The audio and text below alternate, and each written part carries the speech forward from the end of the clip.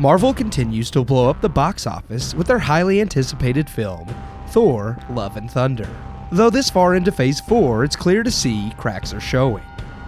Returning to the director's chair after helming the highly successful third entry in the Thor franchise, Thor Ragnarok, is Taika Waititi.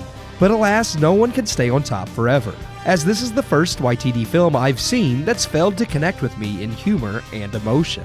All of Waititi's films have been bizarre and quirky, with many having silly humor but also tongue-in-cheek wit.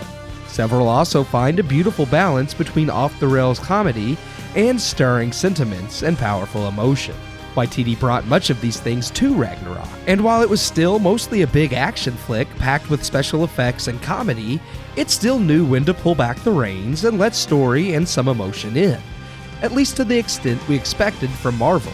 Unfortunately, Love and Thunder is emblematic of the MCU's Phase 4 as a whole. It doesn't seem to matter much in the grander scheme of things, just like much of Marvel lately.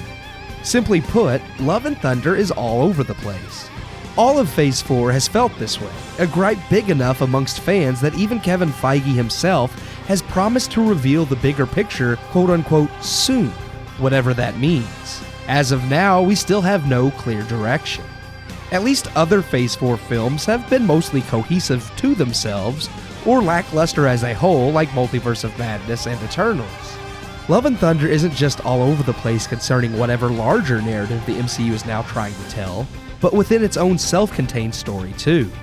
We jump from outlandish moment to outlandish moment with every humorous aspect of Ragnarok amped up times 100. Sometimes the bizarre and off-the-wall visuals are just too over the top. But it's not just the humor that fails to consistently land.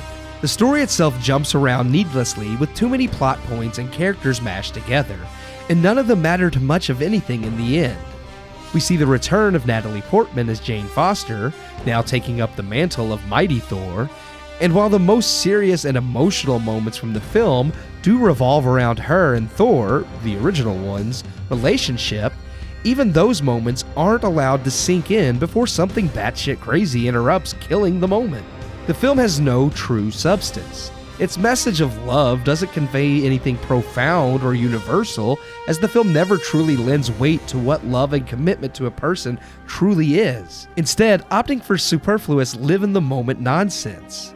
The same is true for the film's villain, the only other character whose plot gets any semblance of solemnness. The storyline revolving around Gore the God Butcher, played by Christian Bale, is just used as an excuse to create more content.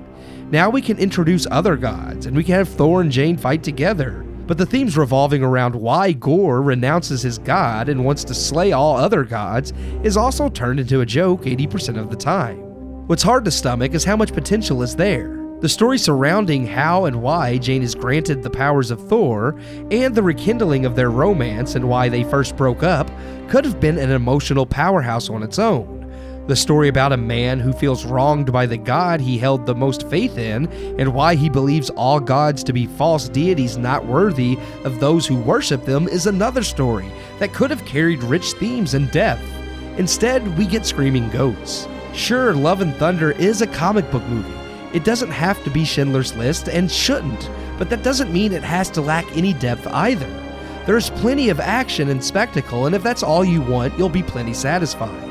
But if you're wanting more than the theme park ride Marvel has been accused of being, this movie isn't going to prove the naysayers wrong.